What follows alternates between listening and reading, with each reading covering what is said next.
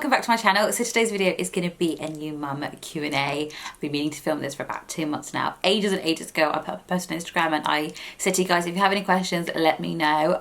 Because I wasn't intending to film a labour and delivery story. I thought I would do like a new mum Q&A, and if you guys had any questions, especially ones that have been recurring a lot, I would answer them. So if you like this video, make sure you give it a thumbs up and hit subscribe if you haven't already. I am going to be more on top of uploading now, so it's hopefully going to be at least one video a week. You can tell I haven't done this for a while. It's going to be at least one video a week, maybe even 2, so we'll see how it goes. So I'm going to start with a question that we get asked the most all the time, which is, what is the baby's name? Because sometimes I call him Noah and sometimes I call him Noah, and everybody's like, what's going on? Why has he got 2 names? So I'll tell you the story behind it. What basically happened was we had loads of names that we liked, and we kind of shortlisted them, and in the end, me and Fazan agreed on Noah. And the reason we agreed on Noah was because I really liked it, because I thought it has a really, really good meaning behind it. It's obviously the name of a prophet, and that prophet lived until he was 950 years old. You know, he was spreading the message of Islam throughout his entire life. People made a mockery of him, they made fun of him, they attacked him, and yet his faith didn't waver. So because of that, I just thought it had a really good meaning. And Fazan liked it because in Surah Nur there is a certain verse that he really likes, which really resonated with him, and he was like, for that reason, he liked the name. And we agreed on Noah rather than Nur because we just felt like, because we obviously live in England, we just felt like Noah would be more appropriate. And Islamically, you don't have to have a Muslim name. You can have any name as long as it has a good meaning. And obviously it is a religious name because it is the name of a prophet, which is why we agreed on Noah. And then somewhere along the line, Fazan decided that he didn't want Noah anymore and he wanted Nur, which I didn't have a problem with. My only issue with Nur is that I don't want it to be that when he goes to school, he has issues with that name, because Nur sounds like you're saying no in a really strong Scottish accent. And actually in our mother tongue, Nur means nail, or it can mean daughter-in-law as well. And like, I just felt like Noah was like a lot more clearer, especially if you're speaking to somebody who isn't a Muslim, who may not get what the name is straight away. Actually, to be honest, a lot of non-Muslim people have got the name, and it's been a lot of Pakistani people who have been like, when they've asked what the name is and we've been like, no, they've been like, had that confused look on their face, and then we'd have to be like, oh yeah, like after Prophet Nur, and then they understand it. So on his birth certificate it is Nur, and like basically I've given everybody the option of calling him Nur or Noah, whatever they want. I originally started calling him Noah, and now 2 months down the line I call him Nur a lot. I call him Nunu, my little Nunu. I don't know how he's going to feel, because Nunu is the little Hoover in Teletubbies, so when he gets to a certain age he might be like, why are you calling me that? But at the moment, because he's so little, it's actually really cute. But that's why he kind of has, why we chop and change names. And for school, I think I'm going to give him the option actually. When he gets to 4 or 5, he'll be old enough to decide whether he wants to be called Noah or Noah at school. Like originally I wanted to go with Noah, but I guess it is his choice because he's going to be the one that has to use that name. So right, I'm going to go through the comments now. Like, I'm not going to be able to answer all of them. I think some of them are going to be like repeating stuff because there are over like 200 questions. So yeah. What experience did you both have of looking after babies beforehand, and do you think this helped make it a little easier when Noah arrived? So we both have nephews and nieces, like our cousins have kids, and Fazan's twin has a daughter. So like obviously we've seen little babies be raised from like newborns. In terms of whether it made it easier, no, I don't think anything prepares you for when you have your own child, especially the first, I want to say 3 or 4 weeks, when they don't have a routine. All they literally do is like sleep and eat and poo. I was like constantly feeding, literally like every hour, and I was like, what is this? Like when the midwife at the hospital said to me, oh, if he's asleep, you need to make sure you wake him up so that he's feeding every 3 hours. I was like, every 3 hours? I didn't even realise that they had to be fed every 3 hours, which was crazy to me. And like as soon as she said that, I was like, so I can never have more than 3 hours to sleep at a time. And the first month is really, really hard because you're just drained, like your emotions are all over the place, but it just flies by. It's gone so quick, and now he's in a much better routine, and even at night, you know, he only wakes up a couple of times, he sort of feeds and he goes back to sleep. Although recently what he's been doing is sort of 4 or 5 a.m. in the morning he wakes up and he's just wide awake and he just wants to play, and I have to be like, Noah, it's the middle of the night, go back to sleep. But it does get a lot easier. How does it feel being a mother and taking up a lot of responsibility? So everybody that I meet, obviously that I know in person, as soon as I see them, they're like, oh, so how does it feel like to be a mum? And I'm going to be completely honest, it hasn't really hit me. Like, you go through the motions, like I'm feeding him, I'm changing him, I get up, I look after him, and I can love him so much, but it hasn't hit me yet that I'm a mum. Maybe when he starts saying mum, it will feel weird. What did feel weird was when actually, the first time I took him to get weighed, the children's centre is at a local school. And I haven't been to a school in years. So kind of when I walked in, I was like, oh my God, this is my future. I'm going to be here all the time because of him. You know, this is the next 18 years for me. So it did kind of hit me then, but I think you just get on with it. It really, like people say it comes naturally. It really does come naturally. What is the hardest thing about being a mum? I think the hardest thing about being a mum is that you never get to switch off. So even right now, like Fazan's feeding him, and then he's going to like put him to sleep. I'm still like thinking about him. Is he okay? Even when my mum has him or my mother-in-law has him, I know what they're doing. They're raising me and my husband. I know they're capable of looking after kids, but you still worry. Like you never get any downtime. Like you're responsible for looking after this little human being, and it is 24/7. And like it's that same responsibility that you carry for yourself, but even bigger, because like if you mess up, it's your fault. But if you mess up when it's your kid, it's your fault, and like you've done something wrong to your kid. So it's a huge responsibility. Or we prepared at all when the time came? No. Obviously I was 3 weeks early, so I went to labour 3 weeks before my due date. I was not prepared at all because I'm such a control freak, and I thought if I prepare and I plan and it doesn't go to plan, that's going to really unsettle me. So I kind of went in blind, which was the worst thing I could have done. Like I had no idea. I hadn't practiced any breathing techniques. I basically knew nothing about labour when I went in to have him. So yeah, don't go in blind, ladies. That, you know, fine, you don't want to, I didn't want to like know about the pain, or I didn't want to plan. If you don't want to plan, that's fine, but know what is involved in the process. Don't go in blind like I did. Will you be showing Noor's face, or will you allow him to choose when he's older? So for me personally, I would love to show you guys him. I think, like any mother does, I think he's the most gorgeous little boy in the entire world. And he's just so cute, and I just want you guys to see how cute he is. But Fazan said even before he was born, he said that he wasn't happy with me showing his face, like because of privacy reasons, because of Nazar and stuff. And because he's so supportive of like my Instagram and my YouTube, like Fazan does all my pictures. Even right now, like I'm bulk filming today, and he's the one that's looking after Noor. Like I wouldn't be able to do what I did without my husband supporting me. So when he said, look, I'm not happy with you putting his face on the internet, I kind of had to respect that, because at the end of the day, firstly, it is his child as well. And secondly, he doesn't really ask for much. He doesn't really restrict me at all when it comes to my social media and what I share. And he always says to me, like, if you think it's right, go ahead and do it.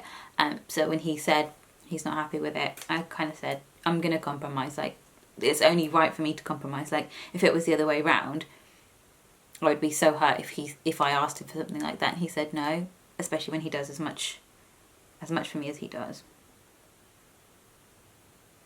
What was your and your husband's reaction when you first found out it was a boy, and when you first saw him?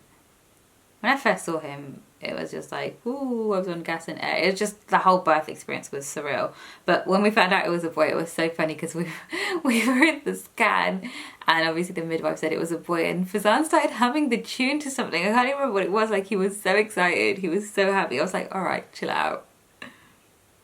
Did you get any stretch marks? And if you did, how are you treating them? I'm not treating my stretch marks just because I'm super lazy, but I need to. I've got bio oil. I don't even know if it works. Fazan is convinced that it works, but I'm just lazy at using them. But yes, I did. I got really bad stretch marks. I think it's pretty impossible not to get stretch marks. And I think you have to, and even now when I'm breastfeeding, I have like stretch marks all over my chest and stuff as well, like saggy boobs. It's great. I just think you have to not let that stuff affect you, because at the end of the day, you've done something really amazing. It's not an easy thing, and it's giving birth is like the closest you'll ever get to dying. I probably shouldn't say that for the pregnant women out there, but it is. So it's something really amazing that you've done, and I feel like as a society we put so much emphasis on superficial stuff as to like how it affects our bodies and how we look, that we take away from how amazing what we've actually done is. What moments can you not wait for as your child grows up, and what plans do you have in your mind as he continues to grow? It's really strange, because like, I'm going to cry now. I feel really emotional.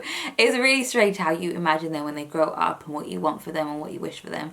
And actually, like, when I think about it, it does get to me, because I think my mum and dad probably had like loads of plans for me, and I'm like, did I fulfill those plans? Did I make them happy? Did I not? And I think back to all the times that I was a little brat growing up, and like I must have just hurt them, and they went through so much for me, and like is gonna kill me if he does the same. He will, because we all do. We all go through that phase. Like when I was 8 or 9, I was convinced I was adopted because I was convinced my parents hated me, and clearly they didn't. They're the best mum and dad I could have asked for. So when I think about his future and I think about like what I want for him and his plans for him, I'm like, that I do think about that, and that's why I'm getting emotional right now. But I can't remember what the question was now. What moment can you not wait for, and what plans do you have? In terms of plans, I don't really have any plans for him. I just want him to be happy in whatever it is that he does, and I just want to be able to raise him up in like a righteous way. I'm not going to ever push him down a certain career path and be like, do this or do that. For me, what I would love is like if he did a load of charity work. That's going to be my main emphasis as a parent for him, is that that's something that he's always aware of. And as long as he's doing that, I don't really mind what he does career-wise. He can do whatever the hell he likes. What moments can you not wait for? The one moment that I can't wait for is taking him to the zoo for the first time. I don't know why, that's always in my head. Or going on a safari. Because me and Fazan really, really want to go on a safari in like South Africa. But I said to him, like, let's wait until, and I was like maybe 4 or 5, and then at least he knows what we're doing. And I just think it'll be so much fun. So yeah, they're like the 2 things. How are you finding adjusting to the new routine, and how are you finding waking up for feeds at night? Adjusting to the new routine, you kind of just get used to it. Waking up for feeds at night is still hard. Some nights I find it a lot easier, and some nights I'm just like, I'm trying to feed him and I'm just shattered. I'm like, I can't do this. So you have good days and you have bad days. The good days are the ones that where like, you know, I wake up and I can feed him and he just feeds and he goes back to bed. And the bad days are the ones where I'm really tired and he won't feed properly, or he's just unsettled, or he wants to stay up and play and I'm really tired. So yeah, it's hit and miss. I think it takes a while before you get into a routine. How did you get fit so fast, or did you not put on too much weight? To be honest, I didn't really put on too much weight during pregnancy, and I feel like on social media you shouldn't always think things are the way that they look. Like the clothes people wear or the angle that they stand at or whatever can affect the how small or how big they look. And like with me yesterday, I didn't do it in the end, but I really wanted to do a video on Instagram because the dress I was wearing, you can literally see my belly. In that dress I looked like I was 5 months pregnant, because you don't lose that belly straight away, and actually it's taken you 9 or 10 months to get there, so you're not going to get back to your old self overnight. So even if you only put on a little bit of weight, it's still going to take time to lose it. And because I'm breastfeeding, I'm not like really dieting or exercising or anything either. Although I could be eating healthy and I could be exercising, breastfeeding is not an excuse for that. So I haven't lost all of the weight straight away. I put on, I think I was 12 before, and I got up to 10 something, and now I'm 9 something. So I've lost a stone, but I'm still more than I was before I got pregnant. But I'm like not in a huge rush to lose it, because I'd much rather just focus on the baby, focus on like breastfeeding and all of that stuff, and then maybe like 8 or 10 months down the line, then start thinking about like getting back to my pre-pregnancy weight. How do you deal with feeling like you've suddenly gotten older and that you won't be able to just get up and do whatever you want? That is one of the hardest things. One of the hardest things, and that's like what I really struggled with when I first got pregnant, was that in my head I was like to Fazan, we can't do what we want anymore. We can't stay out till like 3, 4 a.m. We can't go out in the middle of the night to get like takeaway. We can't just be like, let's have a weekend away. Even like with holidays and stuff, there's just so much more to think about. And when you have a baby, and especially with me, like with Instagram and stuff, with my photos, like when it's just me and Fazan, it's just so easy just for us to like go to 3, 4 different places in one day, especially when we're traveling. You can't do that with a baby. With a baby, like you'll be lucky if you manage to like go sightseeing to 1 or 2 places.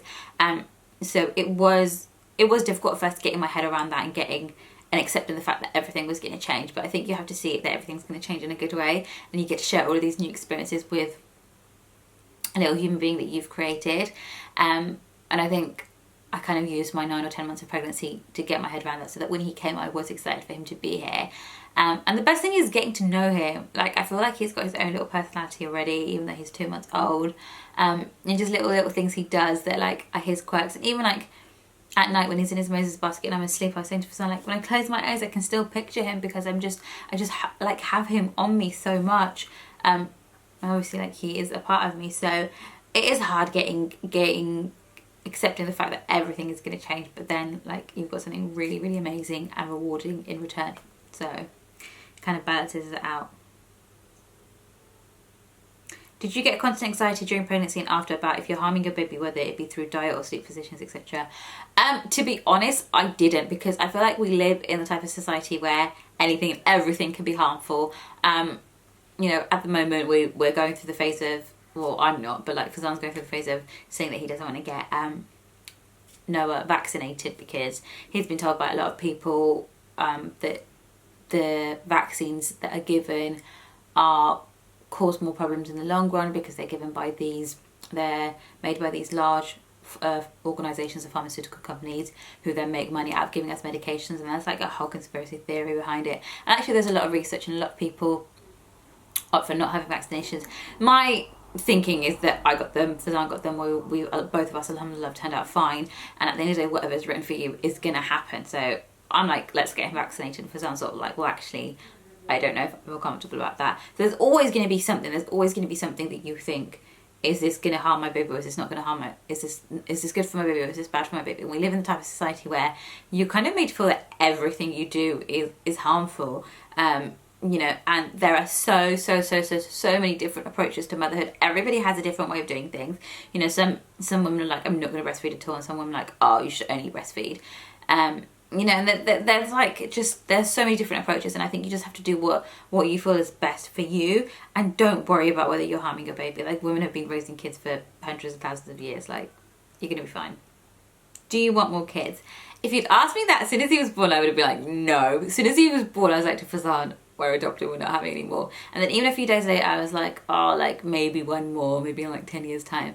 But now I was thinking about it the other day, it's probably because I've been watching Blackish, like literally back to back, and there's like 4 of them in there. It's just like a cute little family. I'm like, I think I want 4 kids altogether. But yeah, we're gonna wait a while and then just see what happens. How do you and Fazan make time for each other after the birth of, and yourselves after the birth of Noah? It is hard. It's hard making time for yourselves, and it's hard making time for each other. And I feel like everything kind of becomes about the baby. You know, even now, we'll, like, when we do have free time, we're like, we call our friends over because we're like, we need a lot more social interaction, because it's just kind of the 2 of us with the baby all the time. So when he's asleep or when we have an evening off, we haven't had a date night yet. It's been like 10 weeks, but we've had our friends over loads of times.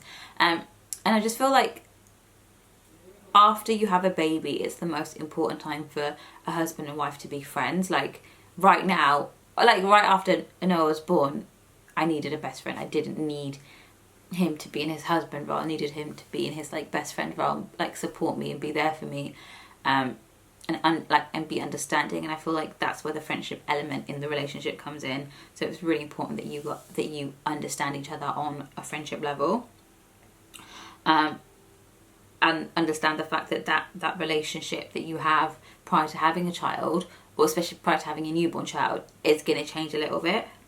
Are you breastfeeding? How are you finding it? So before I had him, like in my head, I was like, I'm going to completely breastfeed. That was my intention. Obviously, Islamically, it's 2 years. And I think the main reason that I want to breastfeed, or that I am breastfeeding, is that in my head, I'm like, that's his right. As a child, that's his right over me, is that he gets to be breastfed. That's the way the Almighty's decreed it. They get to be breastfed for 2 years, and I'm going to give him that. And I was breastfeeding and I was pumping as well at the same time, so that like if I was too tired, or if I needed like a longer nap, my mum or Fazan could feed him. So he was taking bottle and I was feeding him. And then maybe about 2.5 or 3 weeks after he was born, I had one night where I had no milk. Like, I don't know if it was my diet, if I wasn't eating, but the whole night I literally had him. We were awake the whole night, both of us, one side and then the other, one side and then the other. And he was just crying. And then I was crying because I was like, my baby's hungry and I can't feed my baby. And then in the morning, I sent Fazan to get formula. And then since then, I've been doing a bit of both. So I try and breastfeed him as much as I can. When I'm at home, it's kind of just breastfeeding. Unless I feel like there isn't a sufficient amount of milk, and then I'll top up with a bottle. It's only when if I go out and Fazan has him, or my mum has him, or my mother-in-law has him, that the bottle with the formula comes out. When I take him out, I bottle feed him as well. I try and pump if I can, and then if I can't, then it'll be formula, because I haven't breastfed when I'm out and about, and I'm just not comfortable with it. Like, I think if I don't wear the scarf, I wouldn't care. Like, I'd be like, yeah, whip it out, feed him, because that's what I do at home. Doesn't matter who's trying to just whip him out. But when you're out and about, it's just, it gets really difficult because you have to try and make sure that you're covered and the baby's covered. And then I like looking at him when I'm feeding him, which is the reason my neck is so strained. So yeah, I haven't really breastfed him when I'm out and about, but that's why I do a bit of both. And he's been quite good at taking the bottle as well, because some babies won't take bottle at all, and some babies, once they take bottle, won't go back on the breast. So alhamdulillah, I've been lucky with both. Someone said, what thing are you going to miss the most about being pregnant?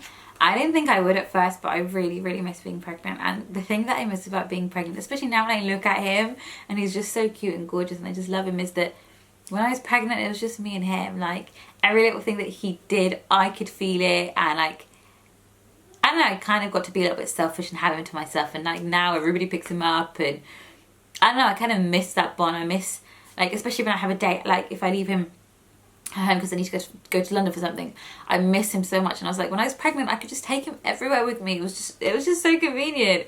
So yeah, like, I just miss being able to have him on me all the time, and that bond that me and him shared. What were your emotions whilst having to stay in hospital after baby Noah arrived? So obviously we did have to stay a little bit longer because he wasn't well. I went in initially on the Wednesday evening. He was born on the Saturday. We came home on the Monday. We went back in on the Tuesday, and then we came home the following Tuesday. So all in all, aside from like the 20 odd hours that I was at home, we spent 13 days in hospital. And the time that we spent in hospital after he was born was just, it was horrendous. It was absolutely horrible. I wouldn't wish it upon anyone. Like, he wasn't seriously sick or anything, but he wasn't well and he couldn't come home, and like, I just felt like my life was just like in this little bubble, and like the rest of the world, I just couldn't think about anything. Everything else was just blocked out. And I honestly felt like I was in prison. Like, there's not enough light in the hospital, and like, especially when the curtain was drawn around my bed. And obviously because I was breastfeeding, I couldn't eat what I wanted to eat. I had to eat like all of these, you want to say potions and pills. I had to eat all of this stuff that my mum just kept making me because she was like, oh, it's going to give you energy. So yeah, it was a tidal of emotions, and I wish I could go back and do it again, because he was so tiny and he was so cute, and he's never ever going to be like that again.